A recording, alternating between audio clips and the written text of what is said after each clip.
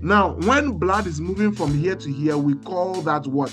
Diastolic, because the ventricle is filling with blood. When blood is moving from the ventricle to the aorta, we call that systolic, because the blood, the ventricle is getting emptied. So, under what circumstance will you hear mitral stenosis more?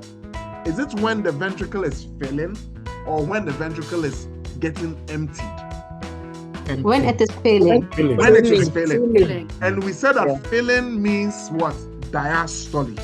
Therefore, we can conclude that the murmur of mitral stenosis is a diastolic murmur.